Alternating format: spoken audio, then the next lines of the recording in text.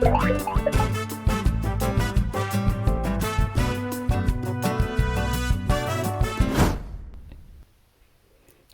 good morning po sa inyong lahat mga mamamayang.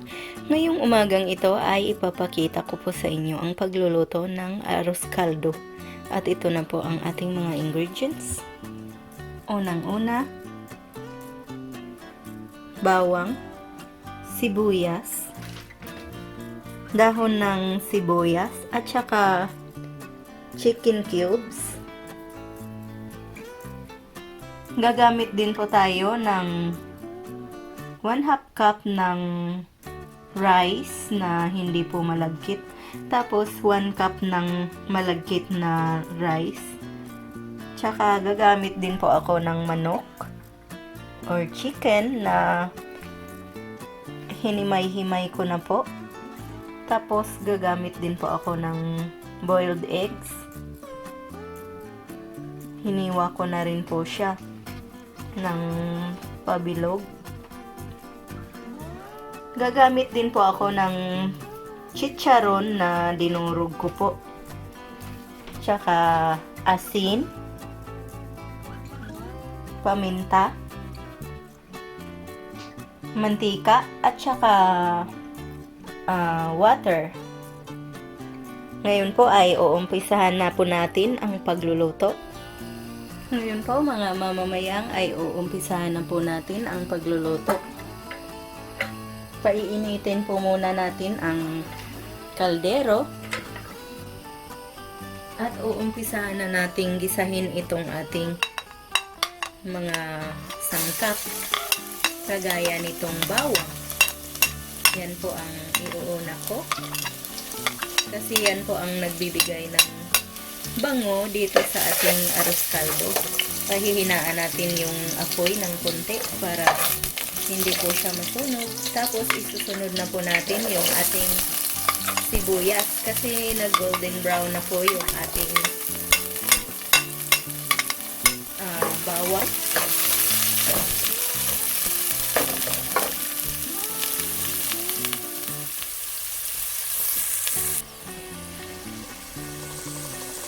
Ngayon po ay maglalagay po ako ng luya.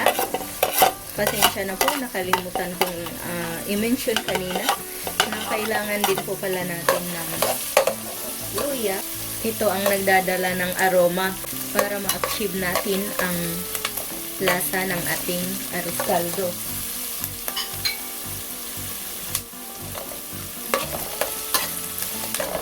Ngayon po ay isusunod na natin ang ating chicken sa pagisa.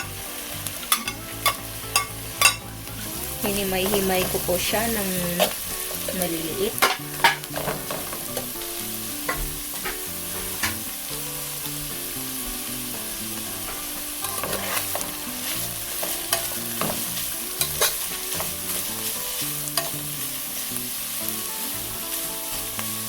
Tapos hahaluin lang natin siya.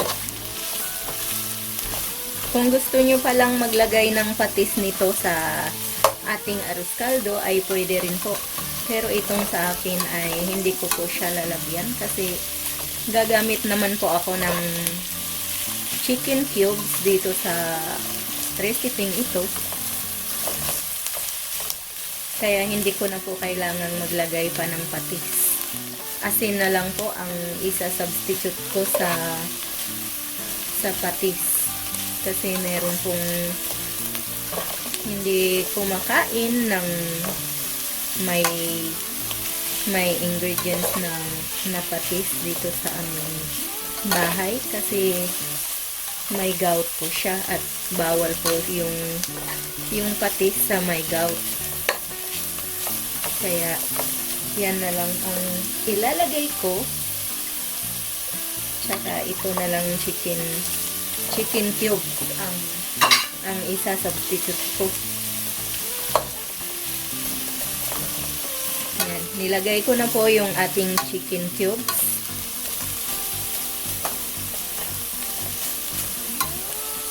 Pwede po dalawa ang ilalagay nyo or nasa inyo na po yun.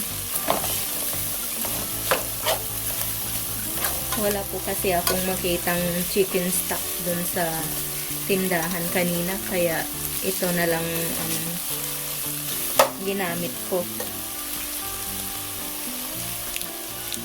Ngayon po ay lalagyan ko na po siya ng water.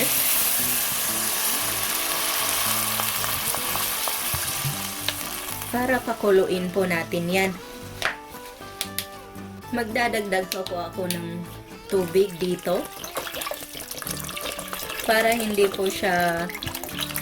hindi matutuyo yung ating lugaw mamaya.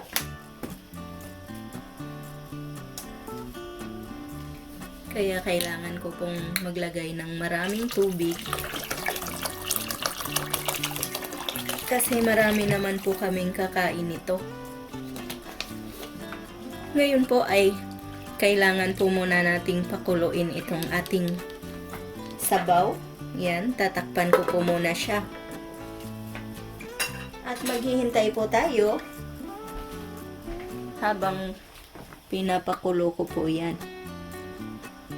Mamaya po, pag kumulo na, ay ipapakita ko po siya ulit sa inyo.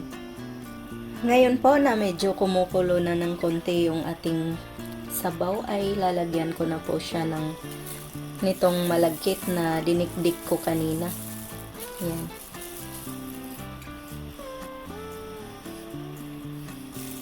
Mga 1 cup po ito.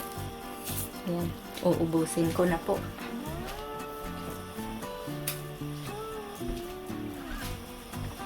Tapos, hahaluin ko lang po ito. Inuna ko po yung malagkit kasi medyo mas mabagal siyang, medyo mas matagal po siyang maluto kaysa doon sa rice na hindi malagkit. Ngayon po ay tatakpan ko po muna siya ulit ng mga 15 minutes para po maluto yung ating malagkit. Ngayon po na medyo kumulo na yung ating arroz caldo, ay maglalagay na po ako ng konting asin. Pagkatapos po ay hahaluin ko lang po siya para ma-dissolve yung asin. Ngayon naman po ay maglalagay po tayo ng ground black pepper. Ground black pepper po ito.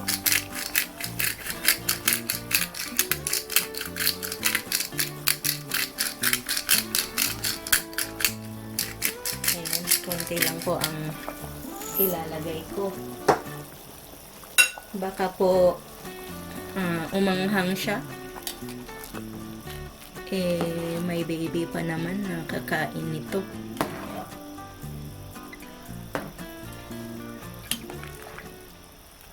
Ngayon po na medyo okay na yung texture ng ating malagkit rice, pwede na pong isunod itong ating jasmine rice.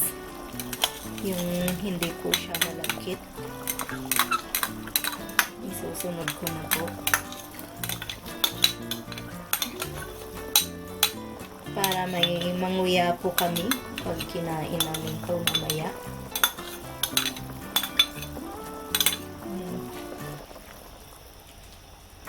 Yan po ang purpose kung bakit meron siyang normal na rice at saka malagkit, para po may manguya po tayo.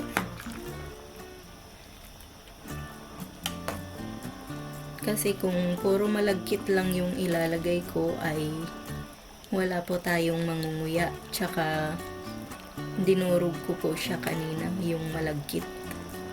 Ngayon ay tatakpan ko po muna siya ulit. Ngayon po ay i-check ko lang po kung malambot na po siya. Titikman ko po muna kung malambot na ba siya. Medyo matigas pa po siya. So, ngayon ay tatakpan ko po muna siya ulit para palambutin po natin. Yan. Mga 15 minutes po ulit yung hihintayin natin para maluto. Ngayon po ay i-check na po natin siya kung malambot na po ba yung ating rice or lugaw. Titikman ko po siya kung okay na po bang patayin itong ating stove. Hahaluin ko po muna kasi medyo dumikit po yung nasa ilalim. Ayan na. Okay na po siya. Malambot na yung ating rice. Ngayon ay maglalagay po ako ng konting dahon ng sibuyas. Yan. Konti lang, pang decoration lang po yan.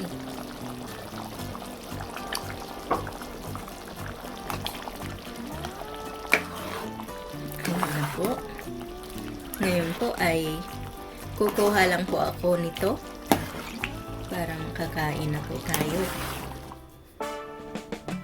Ayan na po ang nahango ko pong lugaw. Lalagyan po natin siya ng yung boiled egg dito sa taas. Pang decoration po. Yung ano ba? Yung parang nasa restaurant ka or sa karinderya. Tapos itong durog na chicharon.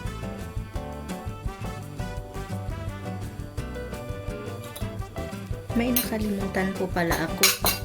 Yung garlic na yung ipiprito na garlic tapos ilalagay ko po siyang pang toppings. Ayan na po mga mamamayan. Nakagawa na po ako ng tostadong garlic. Yan, ilalagay ko po siya dyan sa itaas pang toppings. Sana po ay itry nyo po itong recipe ito. Sana magustuhan nyo. Sana mag-like, mag-subscribe, at mag-share po kayo. Maraming salamat po sa inyong panunood. Ito po ang inyong Ate Mayang na nagsasabi, mabuhay!